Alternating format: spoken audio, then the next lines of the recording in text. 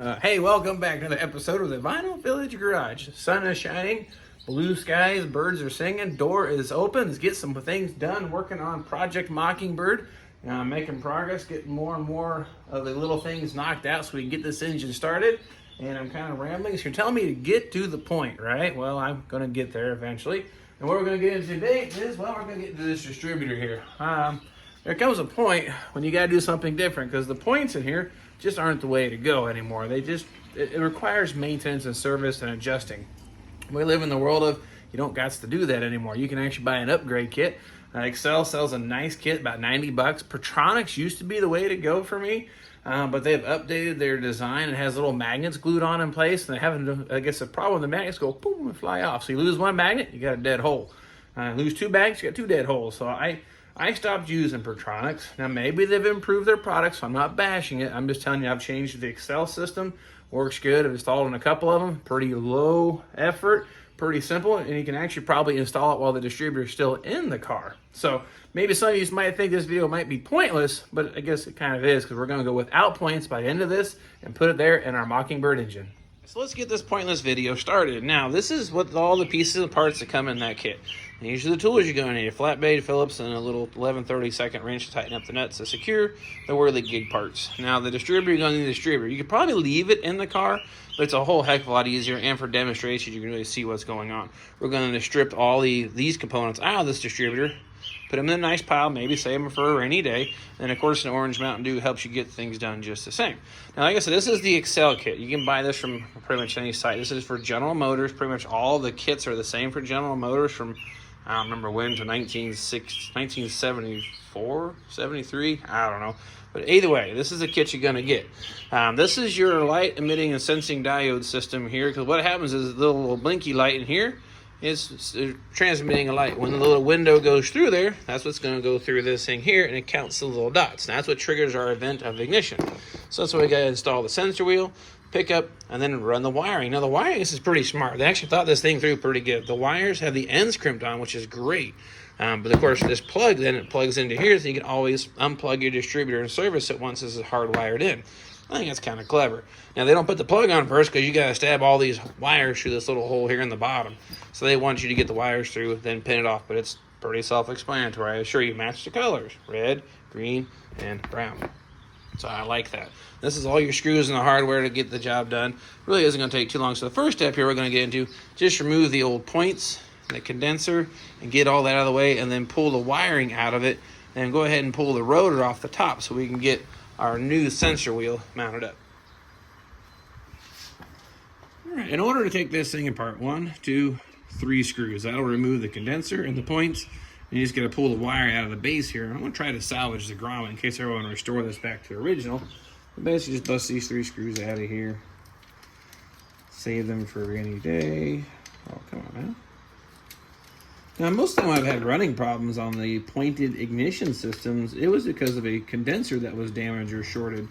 Very rare was I ever had any trouble with points, which is kind of interesting. So when someone tells me they got an engine popping and backfiring through the intake and doing weird things on acceleration and kind of maybe some crummy idle quality, I'm going to tell you, if you haven't replaced that condenser, go ahead and do that. Look at that. We got the grommet out. That's it for prep, really. That's what we're looking at. So the weights are good. Distributor should have a little end play. There's probably some kind of spec for that. Always inspect your gear. Make sure these aren't worn to a razor point. There's a little bit of polishing on it, but you still have a width to the gear. That's what it should look like. If it's all machine all the way or basically worn to a point, your gear be no good. So I think that's going to be all right. I think the next thing is we're going to start installing the components. Now, this is the base plate that's going to secure our new ignition module to the distributor. There's a little alignment hole which then lines up with this little barb here on the distributor plate. So that should line up like that. Now, unfortunately, I can't install the yellow part first on this because there's no way then to get to the mounting screws. Now, 2 of the screws have a tapered head on the backside. That'll help center this thing into place. So you go ahead and put those in, run them down. And once that's secure, that actually comes with a thermal grease or compound to help draw any heat from that, put it in the distributor. So I may put a little coat on the bottom of this and then on the top of this just the same. Then I'll get these 2 screws tight.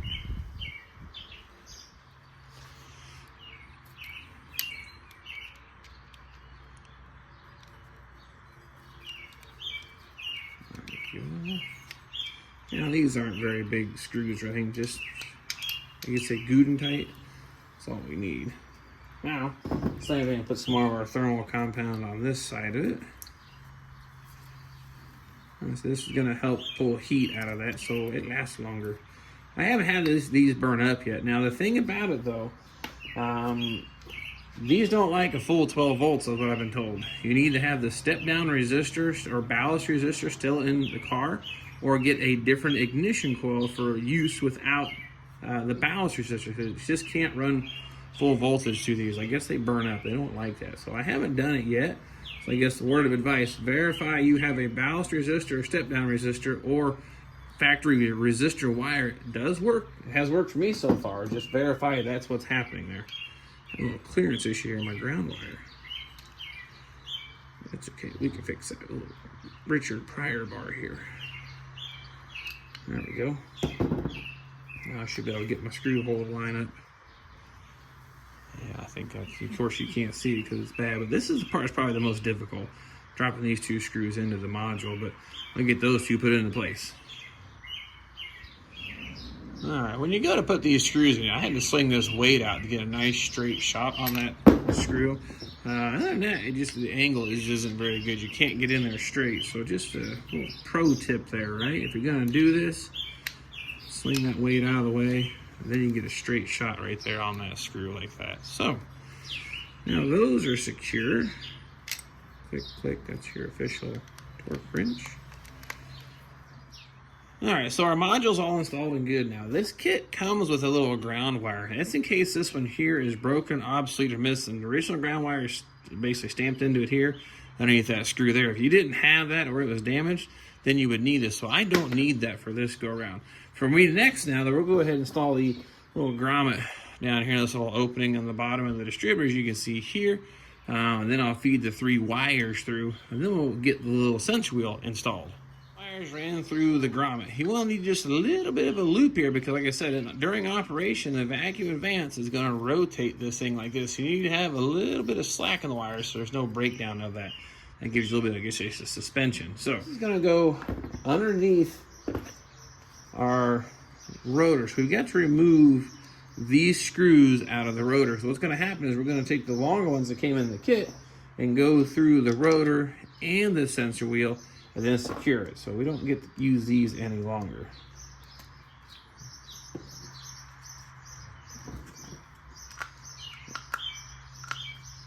You little devil. One.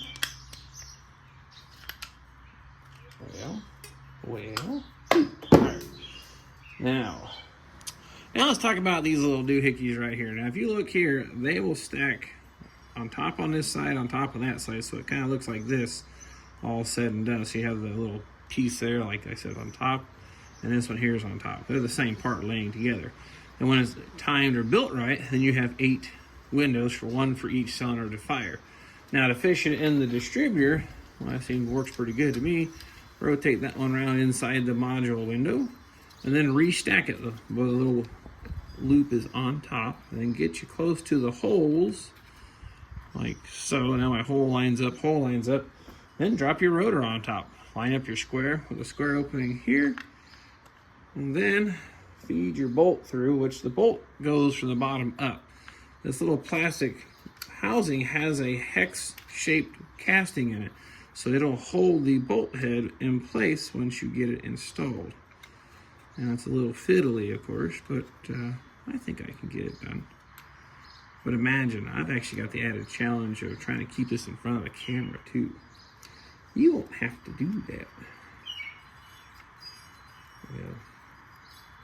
It's not threaded the same as the hole. If it was, you'd never get that hex to work in there, but that seemed to work pretty good. So now we'll do the same here to the other side. And then maybe we can drop the rotor on. Normally it just slides right through, but this one's just not working with me today. It's all right. At least I got good music today. I do like the spring-like weather. About 70 degrees here. 70 degrees, which is a huge improvement. Okay, there we go. Now, you probably just flop this dude right on top. Ta-da. We'll run these down just snug. We're just pulling against plastic, so that's why it has that little star washer. Just got to get it snug. You don't want to crush this thing and split it. All right, we're just about done. There we go, snug. This is that 11/32 wrench or sock. You probably get a sock on, just saying. Now that they're snug, check for clearance here. Make sure that thing doesn't hit. It should spin freely without any interference, and looks pretty round. I think that's going to work just fine. So the next thing we're going to get into, pretty easy for the most part, but just got to pin off the plug. Now I would suggest just taking this plug, go ahead and plug it into itself so you don't get it clocked backwards. Let's see, it goes this way. And then we'll start with green, brown, red. And these literally just push into place. You'll feel it lock.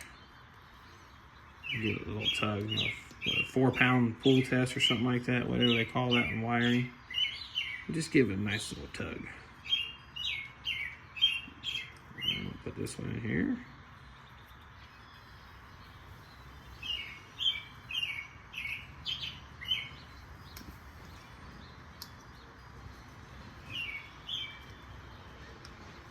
Okay, there we go. All plugs all secured and assembled. That way now if I need to pull this distributor later on to do any kind of servicing, just unplug it and you can leave this hooked to the car.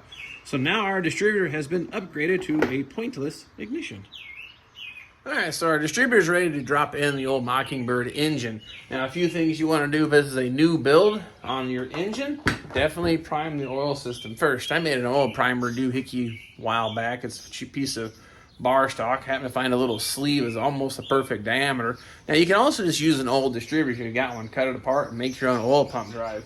So I've already got the oil system all primed. And how I know that is, pull the valve cover off. I've got oil here coming out on all the rockers there. So I kept cranking on it until I had oil coming out of it. So I know at this point I've got oil from the bottom half to the top half. So I'm okay to drop that distributor in. So that's going to be probably something for a different day because I'm done messing with the distributor. I'm going to find something to eat. So I guess you could say this video may be pointless for you, but I would definitely never point you in the wrong direction and getting right on point and getting things taken care of. Enough of the bad jokes. And whatever we get into next go around, I'm going to hopefully get this thing running here pretty soon. I'm going to test fire it right where it sits. This is one of the pieces of the puzzle. And then I'm hoping to hear this thing run and do the break-in on that camshaft. And keep your fingers crossed, these lifters aren't bad. I guess there's an issue with those here recently, that the quality of lifters, no matter what brand you buy, has been kind of questionable. So much for that. We will find out, and I will definitely keep you posted. And I will definitely grab the camera. Thank you for watching, and I hope to see you guys next time. Priming the oil system on your brand new built engine here, making sure you got it going right. You should be able to see something like this here. Run your drill back here, and you should start seeing some oil coming out right there on the rocker arm. So I would say we are primed and ready to go.